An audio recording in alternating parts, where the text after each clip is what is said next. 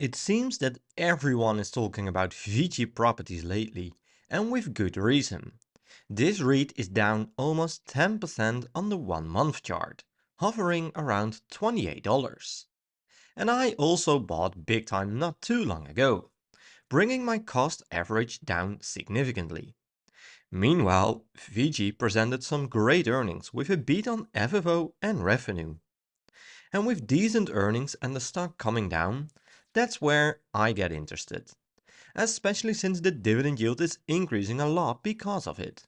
The dividend yield is pushed to 6% now.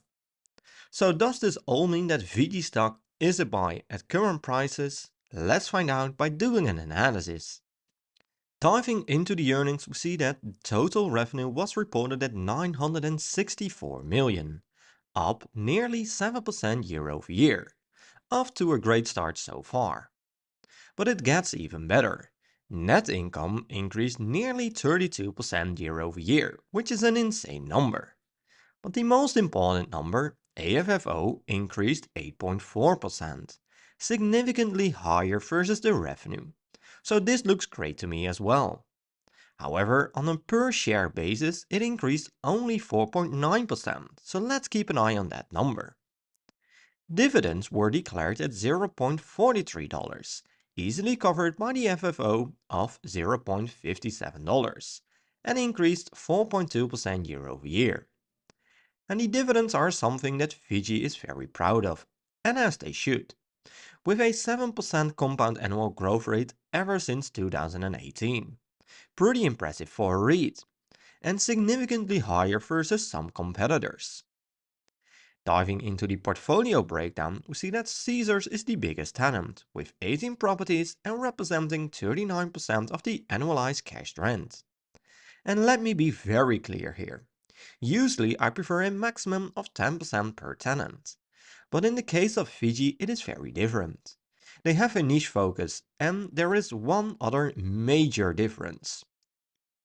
Taking a look at the WALT, the weighted average lease term, we see that this is at a 41 average, with the lowest being 29.6 years for Penn Entertainment.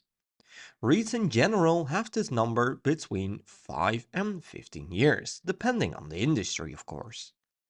So with VICI, I don't mind seeing just a few tenants exceeding that 10% maximum cap, as long as they have a really high WALT.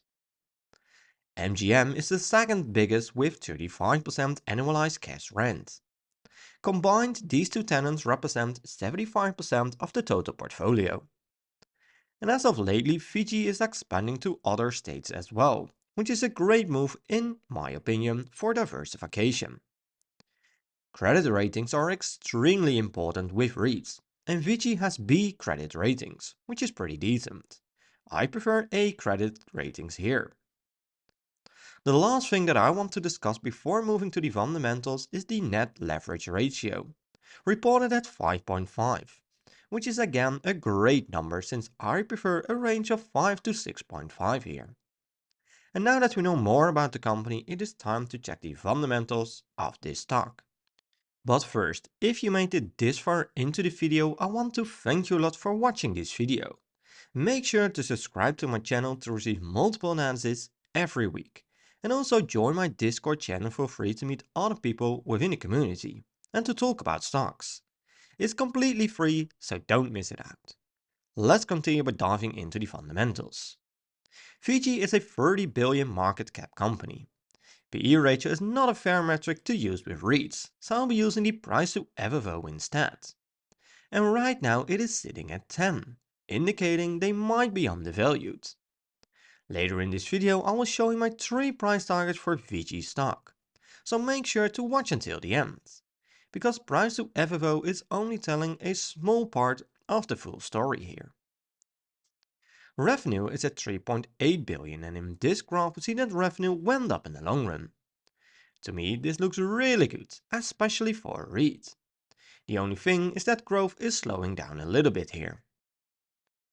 We see that margins are going up and down over a longer period of time.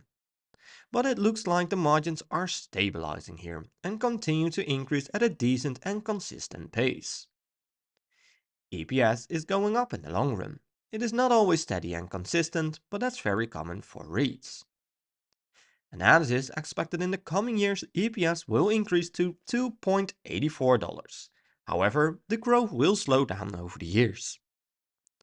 For the revenue, it is looking pretty interesting, with low growth expectations in 2025 and 2026. However, in 2027, it is expected to increase at a much higher rate. Return on assets is sitting at 6%, which is great for REIT. Return on equity is looking really good at 10.7%. And the most important number, return on invested capital, is sitting at 5%, which is again a great number. It is also slightly higher versus the 5-year average, so that's also very nice. Current ratio is at 2.6, which is a bit too high in my opinion. This is something to keep your eye on, but for now it doesn't concern me too much. Right now, VICI has 17.6 billion in debt, and I prefer companies that can pay down at least a big chunk of their total debt with the total cash. VICI has almost 350 million in total cash, so they can't pay down a big chunk of their total debt.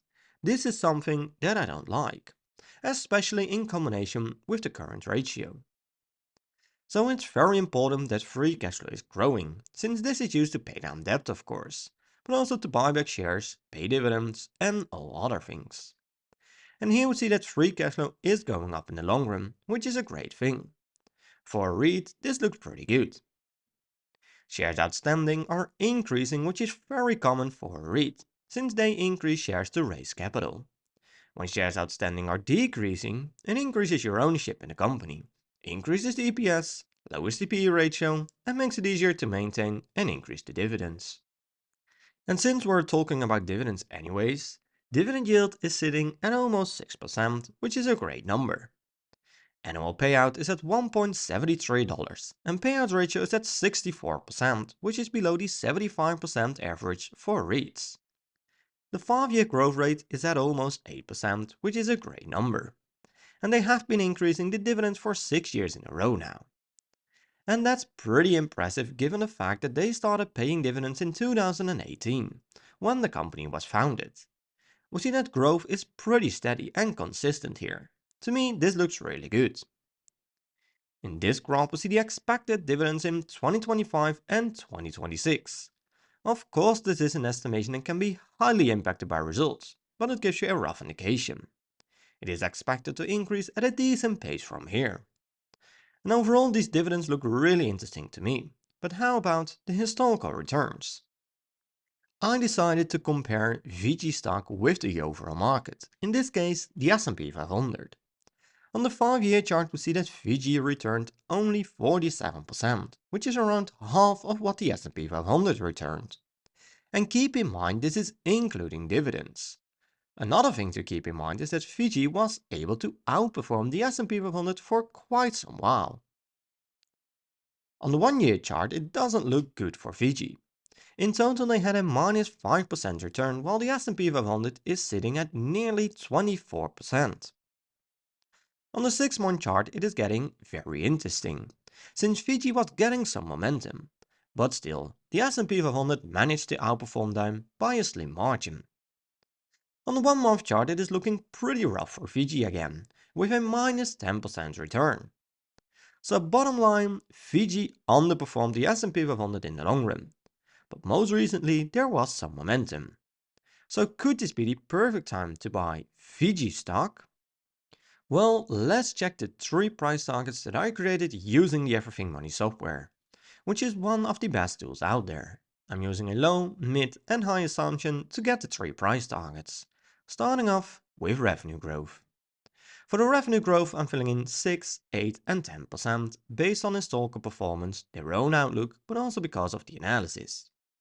For the profit margin I'm filling in 68, 70 and 72.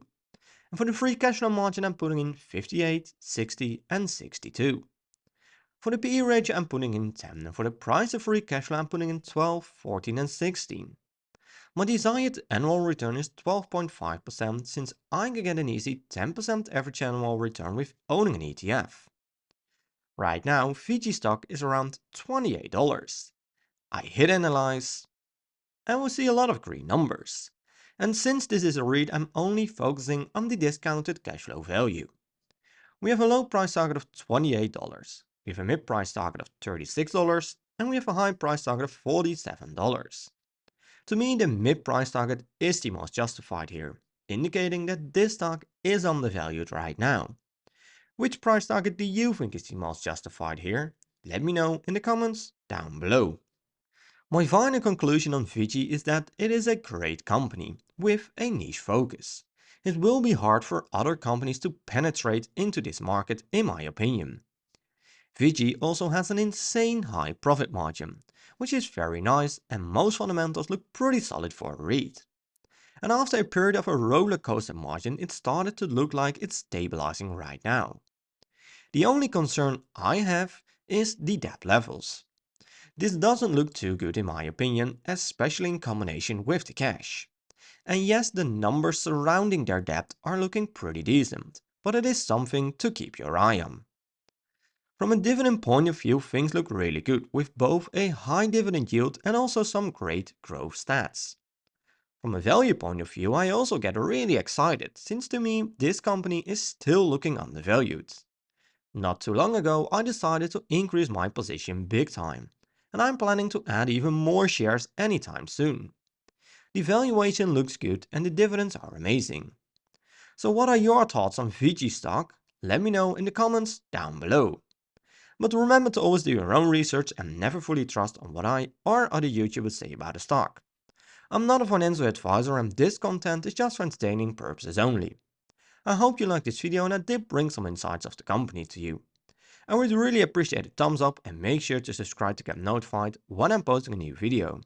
Thanks for watching and I will see you in my next video.